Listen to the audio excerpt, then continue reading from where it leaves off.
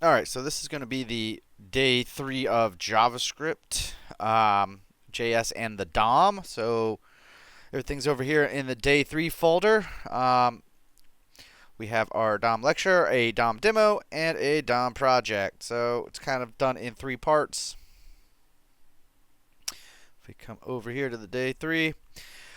So this is kind of the layout for the day. On this day here, we're going to introduce the DOM. This is just a regular picture of the DOM tree we've all seen 1,000 times.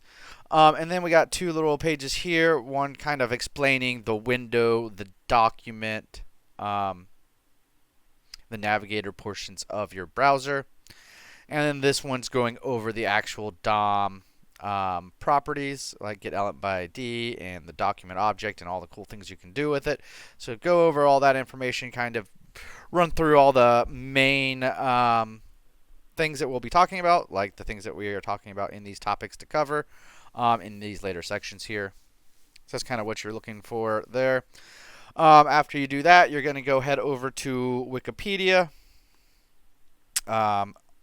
And you're going to be running these preset commands. Well, you don't have to run these preset commands. You'll be changing these a little bit to be, meaningful to your classroom.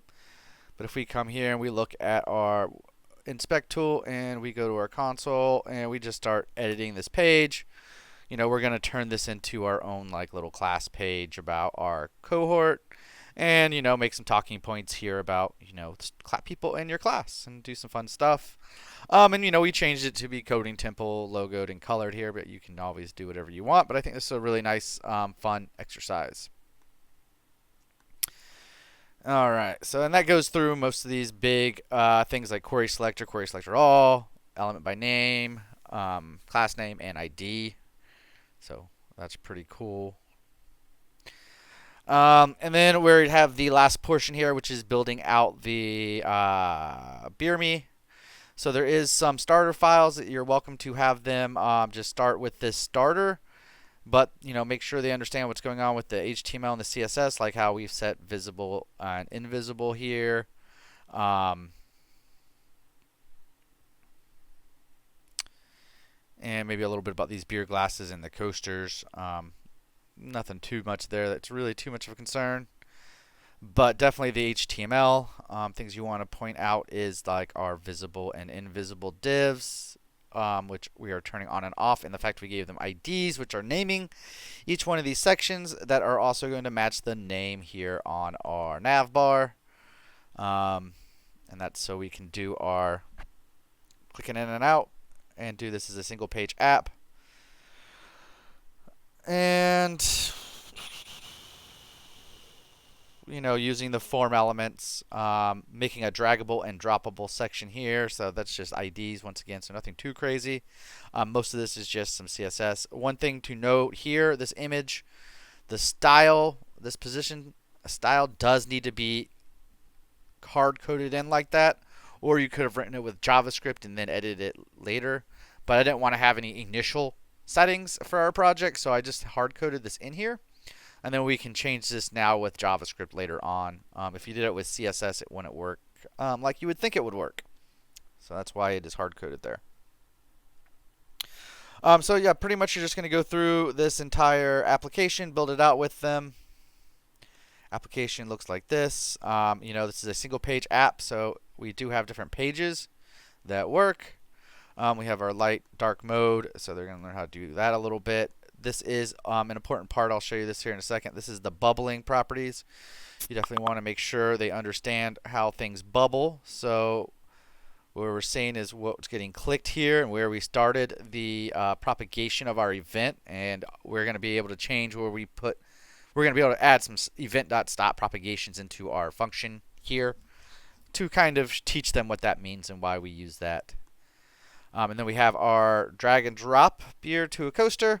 And we also have a keyboard listener that allows us to move our beer glass wherever we want until we get him nicely aligned on our coaster. Then we have our find a brewery. This is just doing an API call. And it is doing multiple API calls. So every time we hit the next button, it is running another one with asking for the next 10 breweries. That's the way this works. Obviously, this could be improved a little bit. And like here, you'll see there's no more breweries, and I could have put a button here, but I didn't. Just to kind of keep it simple. So in terms of the stop propagation, that is going to be here in your JS. So when we are doing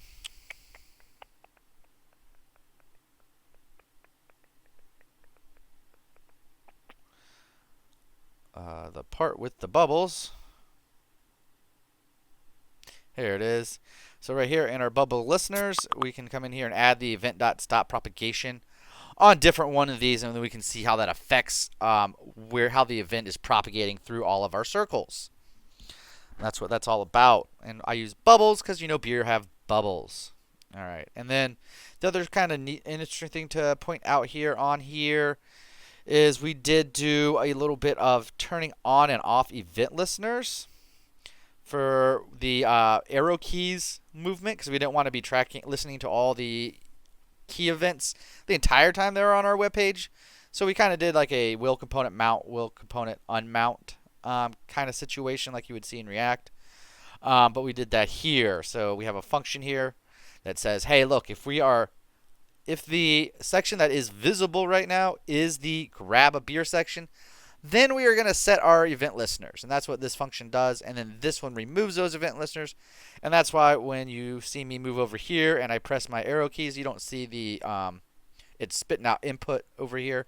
But if we went back to grab a beer, you will see that it's telling me, all the keys I'm pressing. And obviously that's not what we were looking to do all the time. Didn't seem to be very logical to keep that listener open.